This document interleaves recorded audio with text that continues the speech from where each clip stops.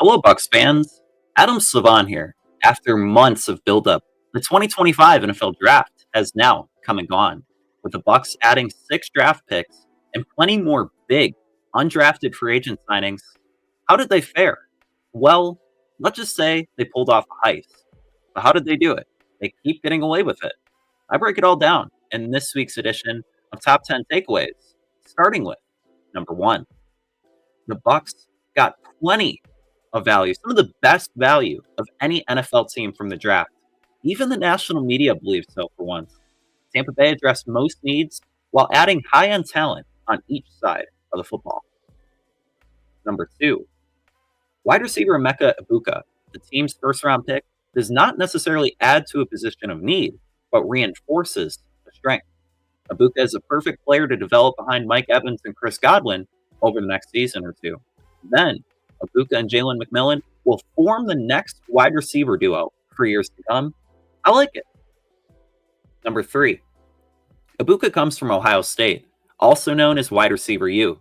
He has the polish to make an impact right away after recording 2 1,000-yard, 10-touchdown seasons, playing alongside some of the best wide receiver prospects entering the league over the past decade. After listening to him, his potential equals a person. I came away impressed with his makeup, and he's another high-character addition who will raise the floor of a position that was battered, absolutely battered by injuries last season.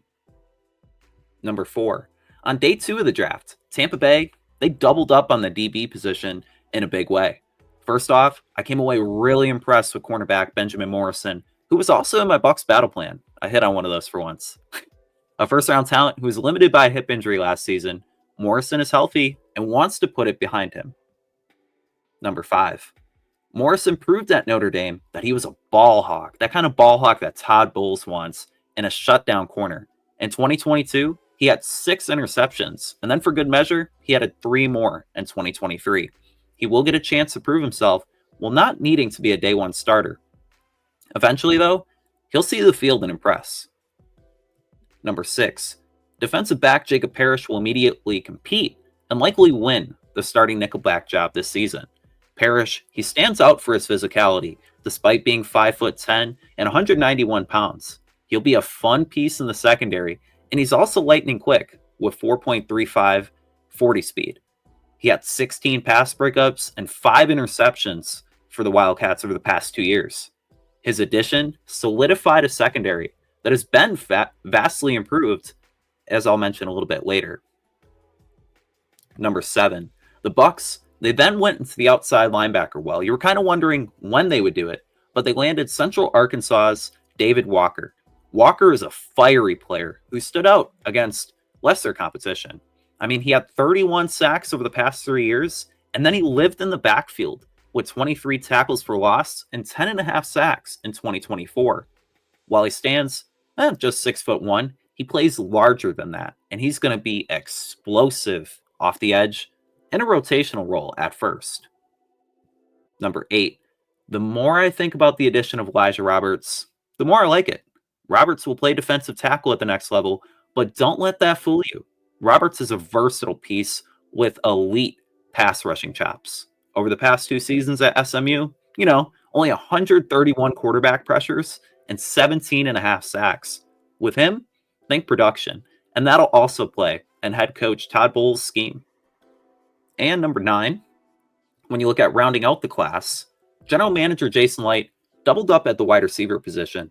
Tez Johnson, he's a stick of dynamite who's similar to running back Bucky Irving in a way.